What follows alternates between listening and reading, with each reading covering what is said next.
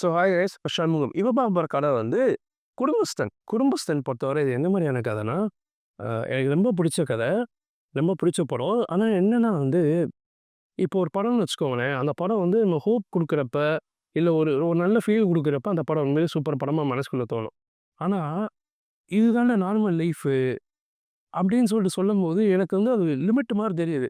இவ்வளோதான். நீ என்ன முக்குனாலும் இவ்வளோதான். இதுதான் சராசரி ஒரு மனிதனோட வாழ்க்கை. இப்படிதான் இருக்கும் அப்படின்னு சொல்லும்போது வந்து, அது கொஞ்சம் அது ஒரு மாரி நான்சிங்கா போய், "ஓ!" அப்படிங்கிற மாரி இருந்துச்சு எனக்கு.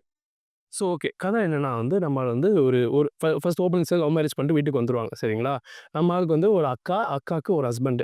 ஹஸ்பண்ட்காரர் வந்து குரு சோமசுந்தரம் சாரு. அவர் வந்து எப்படின்னா வந்து, ஒரு ஃபன்னா பண்ணுவாப்ல. "பொண்டாட்டிடு பூரா அப்படித்தான்" அப்படிங்கிற மாரி மட்டமா ட்ரீட் பண்ணுவாரு. சரிங்களா? பட் அவர பொறுத்தவரை வந்து என்னன்னா, அவருக்குன்னு ஃபேமிலி யாரும் காமிச்சிக்க மாட்டாங்க.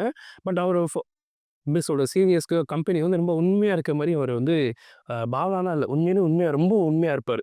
சரிங்களா? இப்ப நம்ம கதைக்கு வந்துரும். நம்ம ஹீரோ வந்து ஒரு பிரிண்டிங் பிரஸ்ல வேலைக்கு போயிட்டுருப்பாரு. சரிங்களா? ஸோ, அப்போ வந்து ஒரு சின்ன ஃபன் ஆயிரும். ஃபன் ஆனதுல வேல போயிடும். இதுக்கு நல்ல ஒய்ஃப் பிரெக்னன்ட்டா இருப்பாங்க. ஸோ, இப்ப ஏதாவது பண்ணியானுமே அப்படின்னு பார்க்குறப்போ, அடுத்தடுத்த கிளஸ்டர் ஆஃப் ஈவென்ட்ஸ் நெறைய வந்துகிட்டே இருக்கும். என்னன்னா, சரி கடன் வாங்குவாரு. அந்த கடனால என்ன பிரச்சனை? ஸோ, அதுக்கப்புறம் அந்த கடனுக்கு இவரு என்ன பண்ண போனாரு? இதுக்கு மேல மாமனார் வந்து புது பிரச்சனைய என்ன கொண்டு வந்தாரு?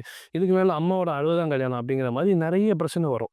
ஸோ, இது எல்லாத்தையும் நம்மால எப்படி டேக்கிள் பண்ணி வெளிய வந்தாரு அப்படிங்கிற மாரி வந்து மீதி கதை போகும். ஆனா, எல்லாத்தையும் வெளிய வந்ததுக்கு அப்புறமும் நான் எவ்வளவோ முக்கினேன் அப்பனாலும் ஒண்ணும் வக்கு இல்ல. ஆனா பழைய வேலைக்கே போயிட்டேன் அப்படின்னு போறப்ப வந்து, அந்த இடம் சொன்னேன்ல, படம் உண்மையிலே செம்ம சூப்பர் படம். செம்ம ரியாலிட்டியா இருக்கும். செம்ம ட்ரூ டூ நேச்சரா இருக்கும். ஆனா, இதுதான்டா நேச்சர் அப்படின்னு சொல்லும்போது, என்னால அத ஏத்துக்க முடியல. ஏத்துக்க மறுக்குது மனசு. ஆனா அதான் உண்மை. பட் கதை நல்லா இருந்துச்சு. ஸோ, மிஸ் பண்ணாம பாருங்க.